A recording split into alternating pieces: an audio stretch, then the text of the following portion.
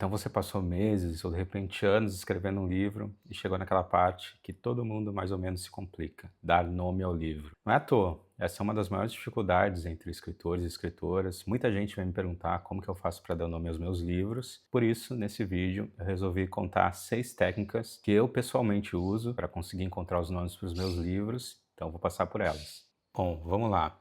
Primeira delas é a técnica de mesmo campo lexical. O que é o campo lexical, né? Um conjunto de palavras de um idioma, né, que estão relacionadas por afinidades conceituais, né? Como se elas fizessem parte de uma mesma família.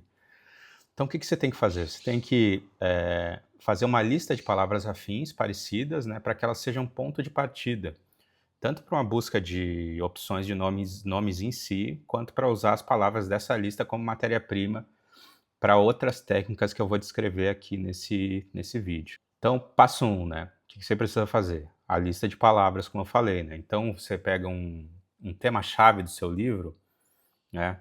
E numa folha de papel, ou mesmo no computador, no caderno do editor de textos, ou no celular, você vai fazer uma lista com o maior número possível de palavras que façam parte desse universo temático, né? Desse tema-chave do seu livro. Então, por exemplo, né?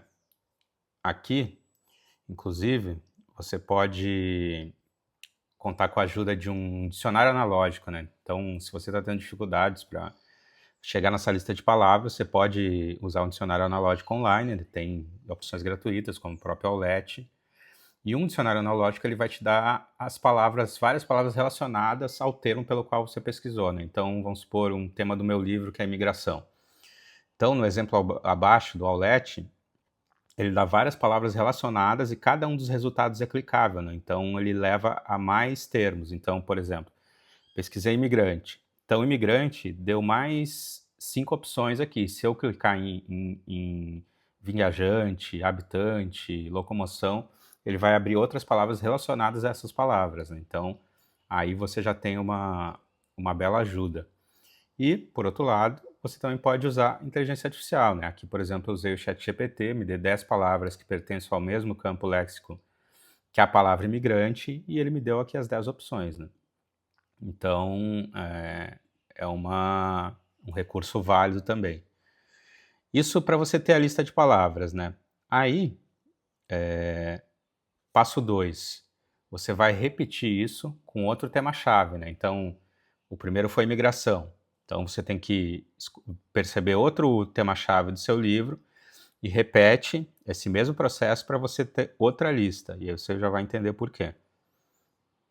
Então, aqui, por exemplo, né, no meu caso era paternidade. Então, eu pedi ajuda da inteligência artificial para me dar outras 10 palavras que estejam relacionadas com o tema paternidade, né, dentro desse mesmo campo léxico. E ele deu paterno, pai, filiação, criação, família, legado.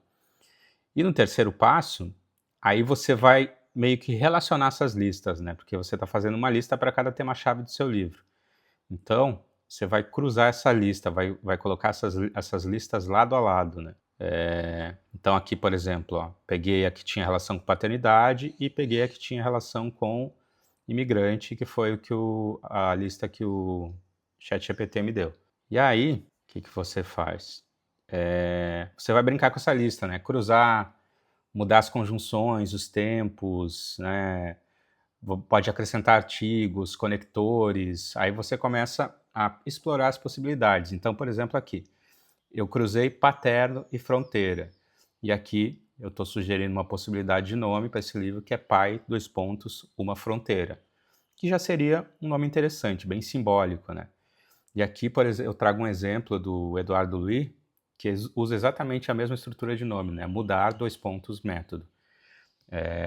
Exatamente a mesma estrutura de pai, dois pontos, uma fronteira. Então, aí você tem uma opção de nome. Segunda técnica, neologismos. O que são neologismos? Né? São palavras, expressões novas, criadas a partir de uma combinação, ou uma invenção, uma adaptação, a partir de uma palavra raiz, né? Então, o que você vai ter que fazer assim? Você vai tentar criar novas palavras misturando partes de outras palavras, né? Então, qual o primeiro passo? Buscar sílabas parecidas, né?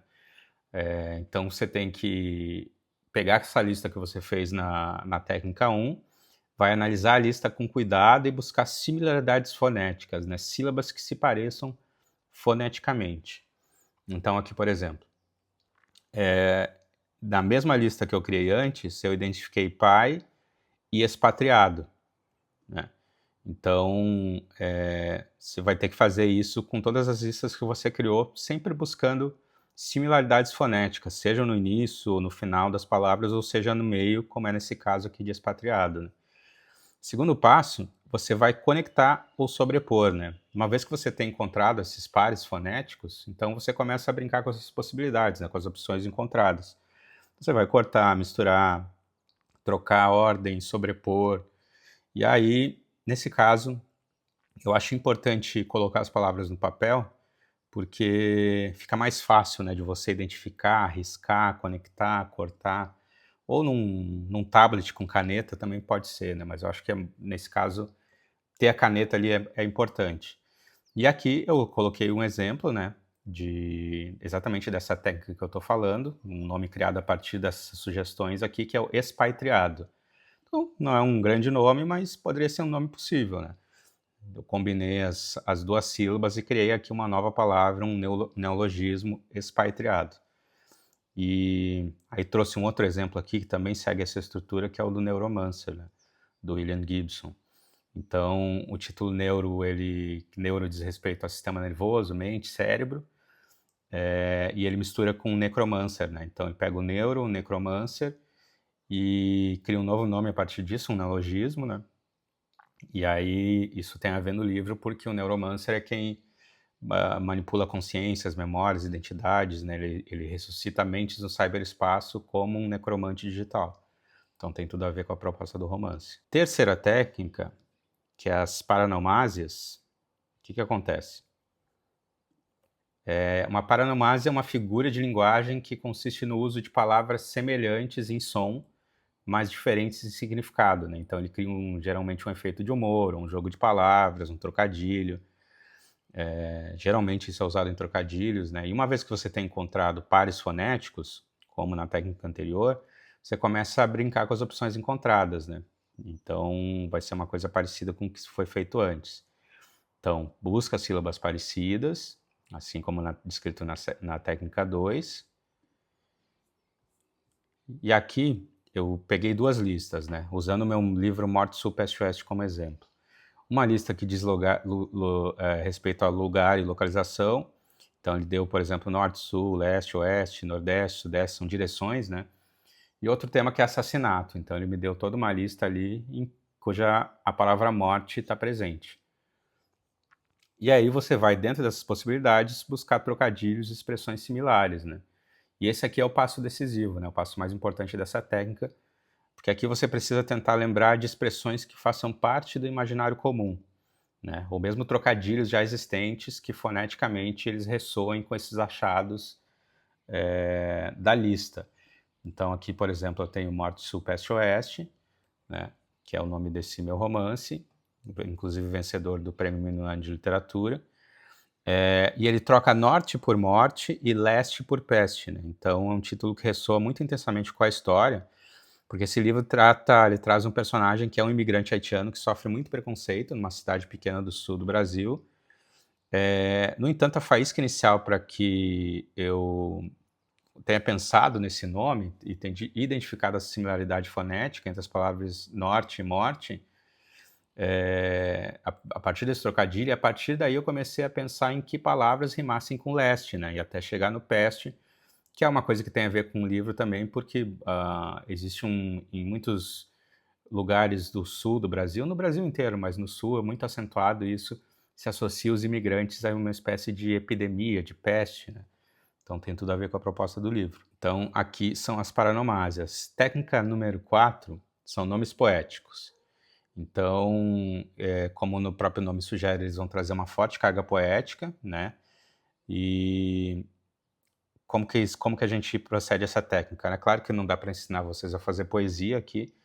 Isso, entretanto, não vai desmerecer a técnica, né? Não há melhor pessoa do que você mesmo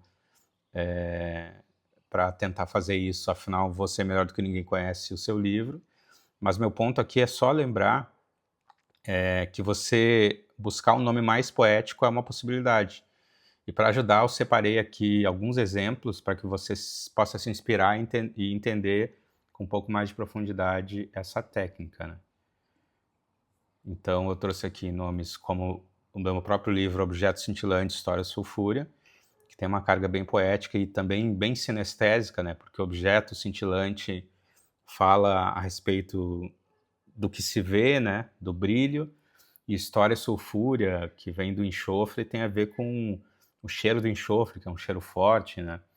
Então, isso se conecta muito profundamente com a história também, porque é um livro que trata de, entre outras coisas, de vício em telas, em celulares, e da dificuldade que isso traz para nós, né? Então, é um nome que eu julgo bastante poético. Da Mariana Salomão Carrara, Não Fossem as Sílabas do Sábado, também é um nome extremamente poético. Marçal Aquino, Eu Receberia as Piores Notícias dos Seus Lindos Lábios, acho que um dos melhores nomes de livros nacionais já feitos. Ainda que a Terra se Abra, bastante poético, do meu amigo Rodrigo Tavares. Mais um meu, Modos Inacabados de Morrer, bastante poético. O Som do Tapa, da Carla Gerson, acho esse nome muito incrível, porque é também muito sinestésico, né? Ele está descrevendo o que é o som de um tapa e você, na hora, quando ouve esse nome, você pensa, né, no som que um tapa no rosto de alguém produz, por exemplo. Do Celine, Viagem ao Fim da Noite, extremamente poético. Muito poético também, Breve Romance de Sonho, do Arthur Schnitzer, que foi o livro que serviu de base para o Kubrick fazer De Olhos Bem Fechados, filme clássico dele. Perto do Coração Selvagem, da Clarice Lispector, e Do Fundo do Poço Se Vê a Lua, do Joca Rainer Sterron, um dos grandes autores nacionais para mim. Então, todos os nomes com uma carga poética muito forte, muito simbólica. E aí aproveito para falar da técnica 5, que é a roubada da poesia, né?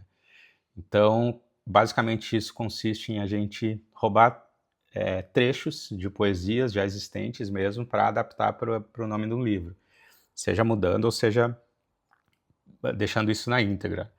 Então, claro que essa opção depende um pouco do seu repertório de poesia, né? Mas nada impede que, caso você não tenha muita familiaridade com o gênero, você puxa um livro da prateleira ou vá até uma livraria, uma biblioteca e comece a folhear esses livros de poesia aleatoriamente, né? Isso também é a base da técnica 6 que eu vou explicar daqui a pouco. Então, e aqui eu quero falar de um termo que tem tudo a ver com isso, que é serendipidade, né? E no sentido assim, já vou explicar o que é, mas tenha em mente o seguinte conselho: dê uma chance para a serendipidade, né? Muitas vezes ela já me surpreendeu ao longo da minha carreira como escritor. E serendipidade, assim, é aquelas ocorrências de descobertas inesperadas e felizes, né? Ou seja, você encontra algo valioso ou agradável enquanto você estava buscando outra coisa. E é um momento de sorte, em que alguma coisa se revela de positivo e sem intenção, né? Sempre por acaso. E, claro, aqui nesse caso com uma intenção, né? Mas na origem a serendipidade é isso. Então, se você...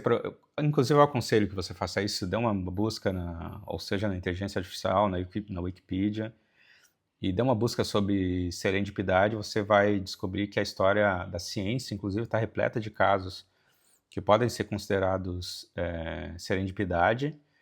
E nos dias de hoje é considerado como uma forma especial de desenvolvimento do potencial criativo, que ali é perseverança, inteligência e senso de observação. Então, a serendipidade, por exemplo, é quando você está muito focado em alguma coisa. Vamos nos manter ao tema aqui desse vídeo, né, que é escrever um livro. Então, você está escrevendo um romance cujo tema, por exemplo, é guerra. E aí, uma série de coincidências começam a aparecer. Você está passando de ônibus, olha para o lado e vê uma fachada cujo sobrenome da pessoa, da loja é Guerra. Aí você, um outro dia, está caminhando e esbarra com um soldado próximo de um quartel, e aquilo vai te dar um insight para um personagem que você estava com dificuldade de desenvolver. Então a serendipidade, você vai a todo momento se deparando com essas boas coincidências fortuitas e isso de alguma forma vai te ajudando, né. E aí, claro, para além dessa dimensão mística da serendipidade, tem uma dimensão científica que explica que, na verdade, isso é a sua mente num estado muito receptivo para perceber as coisas, as quais você está precisando naquele momento para desenvolver uma tarefa, um projeto, né. Então, é um recurso da nossa mente que vem muito a calhar nesses momentos, né. Aqui eu trouxe como exemplo, né, de um livro que traz esse trecho retirado de um outro livro já existente, é do Luiz Rufato, Eles Eram Muito Cavalos, e ele é retirado de um livro, livro Romanceiro da Inconfidência, da Cecília Meirelles, que fala sobre Minas Gerais e a Inconfidência e os seus principais personagens, né. E a epígrafe do livro do Luiz Rufato diz assim: eles eram muito cavalos, mas ninguém sabe os seus nomes, sua pelagem, sua origem. Isso ele tirou do livro da Cecília Meirelles. E aí uma pergunta, mas pode, né, esse, entre aspas, roubar um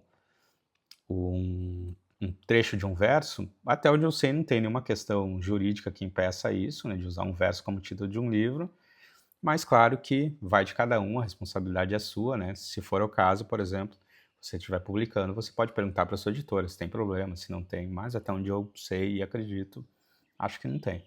E, para finalizar, técnica número 6, folhear aleatoriamente, né? Que é parecida com a técnica anterior, mas não exatamente a mesma, porque ali estava tratando de poesia, né? Mas aqui se trata de você puxar livros aleatórios de uma estante, seja sua biblioteca pessoal, ou numa livraria, numa biblioteca, e meio deixa os olhos passarem por essas páginas, até que os seus olhos vão aterrissar em alguma coisa que meio que pode fazer sentido, né? E aí, retomo o que eu estava falando na técnica anterior, né? Pode parecer um pouquinho místico, mas não tem nada disso, na verdade, é só você deixar o seu cérebro trabalhar um pouco, né? Ele sabe, o nosso cérebro sabe antes da gente saber, isso é importante, né? Então, se alguma coisa promissora cruzar o caminho dos seus olhos, isso pode ser o alerta, né? E além disso, tem o fator da serendipidade também, que eu acabei de explicar, né? E aqui resolvi fazer o teste eu mesmo, né? Separei 2 trechos de livros. O primeiro do Bruno Ribeiro, aliás, do Dom DeLillo, um dos meus autores favoritos. Eu puxei 2 livros da minha estante e fiz esse teste. Não demorei 5 minutos até encontrar alguma coisa que eu achasse muito promissora. Então, em Ruído Branco, do Dom DeLillo, eu acabei cruzando com uma frase que diz a maré profunda da noite, que é isso aqui. Que para mim já dava um belo título, né? A Maré Profunda da Noite seria um belíssimo nome de livro, né? E outro que eu puxei foi agora sim, do Bruno Ribeiro, um autor que eu gosto muito também. E aí, dele eu encontrei Um Homem Dentro de um Homem. Então, às vezes pode ser que não aconteça de primeira, né? Mas você tem que insistir. Se não der com um livro, tenta com outro e vai repetindo o processo. E a gente também não precisa se limitar a usar literalmente o trecho tal e qual ipsis literis, né? Às vezes vai ser apenas o ponto de partida que você estava precisando e você vai trocar uma palavra, mudar alguma coisa e você tem o nome que você estava buscando. Além disso, você pode mudar, cortar, reordenar, até chegar numa boa opção, né? Então tá aqui o recorte esse, se eu não me engano, é do Febre de Enxofre, do Bruno Ribeiro. E tá aqui, ó, Sou um Homem Dentro de um Homem. Eu acho que o nome do livro poderia ser, de um livro hipotético, né? Poderia ser um livro, aliás, Um Homem Dentro de um Homem. Então essas foram as 6 técnicas que eu uso quando eu preciso pensar no nome dos meus livros. Espero que tenha ajudado. Se você usar alguma delas, me fala aqui nos comentários. E se não usou também, me fala o que você achou. Não esquece de seguir o canal e curtir, por favor. E a gente se vê no próximo vídeo. Tchau!